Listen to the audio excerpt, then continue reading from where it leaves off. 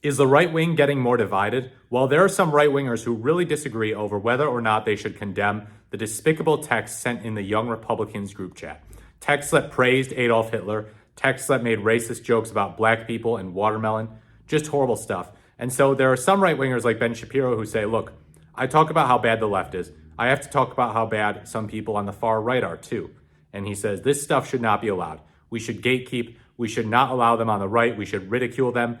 Then you have people like Matt Walsh, who had about a 10-minute discussion with Ben Shapiro about this. Michael Knowles and Andrew Klavan were there as well. And Walsh said, look, the left is really bad. The left is worse than the right, and the left is very evil. So we should basically let the right do whatever they want. We should never condemn them for anything. They're special and they're perfect. And we need to present a united front against the left because the left is so bad that I don't care about this group chat. And so he's echoing the sentiment actually of J.D. Vance.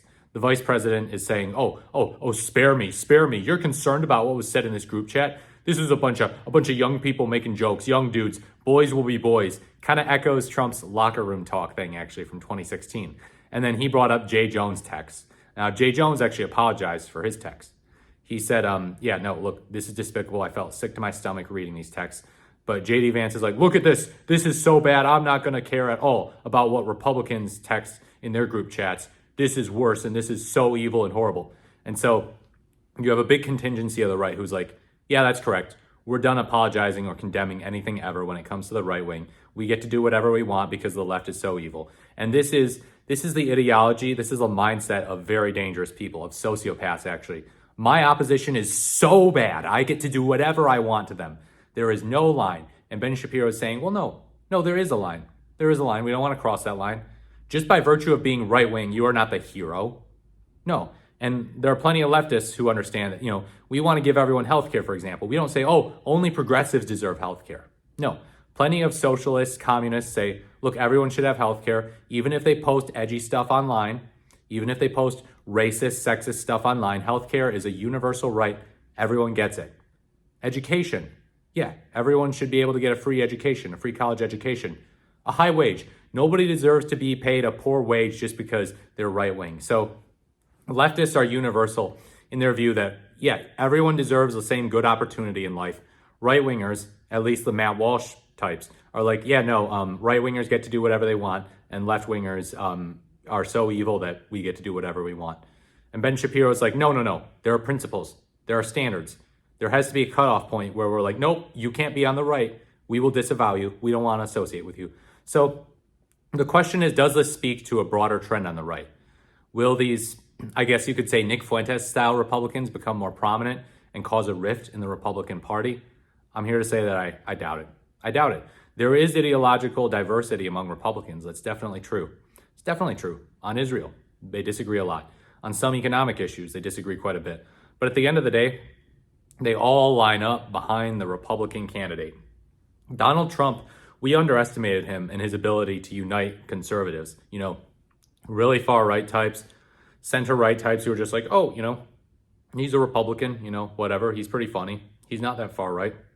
Neocons who are like, Donald Trump is doing what God wants us to do. Like, Mike Huckabee supports him, Lindsey Graham supports him. They're like, Trump's cool. So it's insane how he has the ability to unite paleocons, neocons, and center-right types. Now, some center-right types are fortunately drifting in a more democratic direction. They do exist.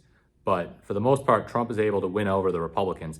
And one thing that unites Shapiro, Walsh, Andrew Klavan, Michael Knowles, is they all line up behind Trump. They would vote for him to get a third term. If he abolished the 22nd Amendment and ran for a third term, they'd still vote for him. They'd all be like, yeah, duh, obviously. But they do have some different priorities for the movement and for the country. So I think they might bicker a little bit. And it's entertaining to watch them debate these things, actually. I think that Ben Shapiro is closer to being correct than Matt Walsh and Michael Knowles, who are like, I hate the left. The right is special. We get to do whatever we want. We should have no principles. Because Ben Shapiro recognizes, okay, you can't just say that you're right wing and therefore you're the good guy and everything you do is justified. No. So I will continue to be entertained by these discussions, these debates, but I don't think that it represents anything that's going to pose a serious threat to the right wing in the foreseeable future. I don't think it's going to deplete the Republican Party of votes in 2026. I don't think the Republicans are going to do super well in 2026, but at the same time, I don't think that this young Republican group chat thing is going to harm the right wing's ability to unite and support their candidates, even if it exposes something of a rift in terms of how they approach disagreement and how willing they are to disavow their own people. But isn't it gross that they're not even willing to disavow neo-Nazi garbage, racist garbage, garbage promoting violence against women? They're just like, yeah, no, whatever. Other people did worse things. Next. Pretty shameless. Let me know what you think in the comments below. Do you think that the right wing is getting more divided? Do you think that they're actually going to get more united? Because there were some things like the unfortunate killing of Charlie Kirk, and there were the Jay Jones comments that were texted, and all the Republicans obviously are condemning that, and all the Democrats are condemning that too. But yeah, they've had some opportunities to really unite and be like, the left is bad, we must destroy them, we must ignore everything bad the right wing does. But they also do go at each other's throats sometimes. Let me know what you think. Like, comment, or subscribe to the channel. Thank you so much for watching. This is the Morris, the Merrier. I love talking about politics, and I look forward to speaking to you in my next video.